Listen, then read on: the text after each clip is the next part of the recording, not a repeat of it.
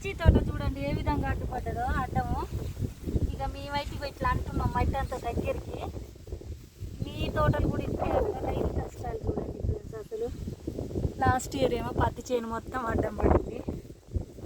ఈ ఇయర్ ఏమో ఇక ఇది ఇక మళ్ళీ పొలం దగ్గరికి వస్తారు. పొలం దగ్గరికి లేదు. రైతు పరిస్థితి ఎంత దారుణంగా ఉందంటే అంత దారుణంగా ఉంది. ఇట్లా అక్కడ తోట అనాలంటే ఎంత కష్టము. సార్ నేను కలిసి అంటున్నాము కానీ మళ్ళీ గాలి వస్తుంది.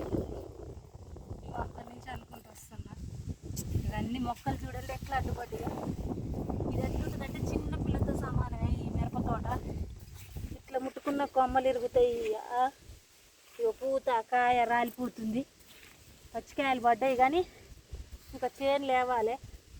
వెనక్కి వేసినామని మీకు వీడియోలో కూడా చెప్పిన. సో మీరు మా కష్టాన్ని చూసైనా మా ఛానల్కి సపోర్ట్ చేయండి.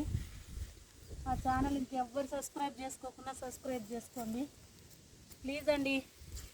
మీరందరికీ ఈ రైతుల కష్టాలను అర్థం చేసుకొని లైక్ కొట్టడం మాత్రం మర్చిపోమాకండి.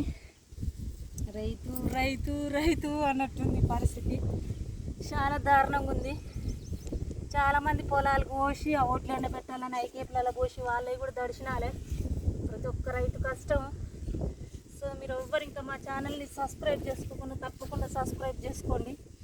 ఇక నేను మా సారు ఇద్దరం కలిసి అంటున్నాము అవుతుందా ఏమో దాకా తీసేదాకా కడ తీసేదాకా అన్నాం. రేపు మిగతా అనొచ్చు. అంతేనా అన్నవా అన్న అనాలి అనాలి. ఈ సంద అయిపోయినా గడప అంతేనా.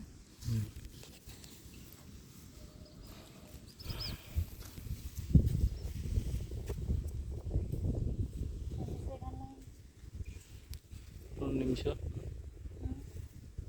నిమిషాలు అయింది.